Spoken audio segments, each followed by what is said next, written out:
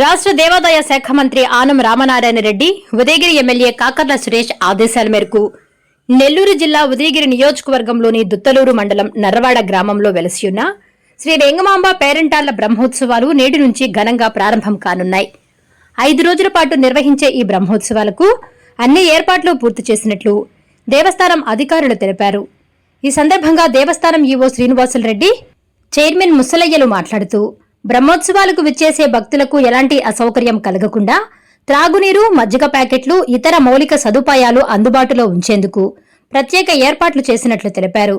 గత ఏడాదితో పోలిస్తే ఈసారి అధిక సంఖ్యలో భక్తులు తరలివచ్చే అవకాశం ఉన్నందున అందుకు అనుగుణంగా అన్ని చర్యలు చేపట్టామని పేర్కొన్నారు. అదేవిధంగా భక్తుల భద్రతకు అత్యంత ప్రాధాన్యత ఇస్తూ భారీ సంఖ్యలో పోలీస్ బందోబస్తు ఏర్పాటు చేసినట్లు తెలిపారు.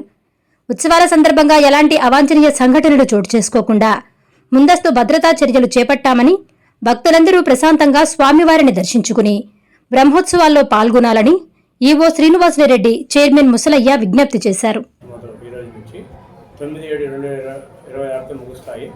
ఈరోజు ప్రత్యేకంగా స్టార్టింగ్లో ఈరోజు నిలుపు అంటారు. నిలుపు అంటే పిల్లలు లేని వరపడుట, సాయంత్రం 7 గంటల పసుపు దంచుట ఊరిలో దేవుళ్ళ దగ్గర. తర్వాత సాంస్కృతిక కార్యక్రమాలు, కొమ్మోళ్ళు, బయటోళ్ళు, బాజా బైంత్రులు అంతా ఉంటారు. ఈరోజు ప్రోగ్రాము. తర్వాత రేపు గ్రామోత్సవం ఉంటుంది. సోమవారం గ్రామోత్సవంలో కూడా అన్ని కార్యక్రమాలు, ఏదో ప్రకారం కోలాటాలు కానీ, కొంతమంది నృత్య ప్రదర్శనలు కానీ, ఆట కచేరీలు కానీ ఉంటాయి. మంగళవారం ప్రత్యేకంగా 40 మంది ఆత్మగుర్తాలుగా వాళ్ళు 40 మంది వచ్చి ప్రత్యేకంగా మంగళవారం వడ్డీపాలెంలో కోలాట ప్రదర్శన ఉంది. తర్వాత బుధవారం పెద్ద ఊరేగింపు. ఆ రోజు హైలైట్ ఏంటంటే 110 ఫీట్ల ప్రభ ఈవెంటు, సాంస్కృతిక కార్యక్రమాలు.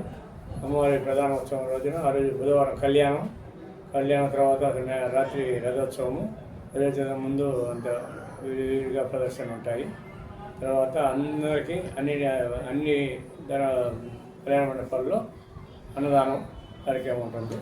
ప్రజల అమ్మవారి తరఫున మొత్తం నీటి వస్తే ఇలాంటి లోటుపాటు లేకుండా 4 రోడ్లు, జనరల్ ఎక్స్పీరియన్స్ కానీ, గుంతల పోషకం కానీ, తర్వాత శానిటేషన్ కానీ, తర్వాత పోలీస్ సిబ్బంది కానీ, బారికేడ్స్ కానీ అన్నీ చెప్పడం జరిగింది. ఏర్పాట్లు ఉన్నారు. తర్వాత గురువారం బండ్లు పొంగళ్ళు, అంటే పొంగలు పెట్టుకోవడం, ఎడ్ల పందాలు. ఈ సంవత్సరం 10 జతల నుంచి 15 జతలు వస్తాయి అంటున్నారు. అందుకని మధ్యాహ్నం కాబట్టి ఉదయం 9 గంటల నుంచి స్టార్ట్ చేసి చేయాలని చెప్పి ఉంది. అమ్మవారి దేవస్థానంతో 2 ఉంటాయి, మిగతాయి డోనర్స్ ఇస్తున్నారు.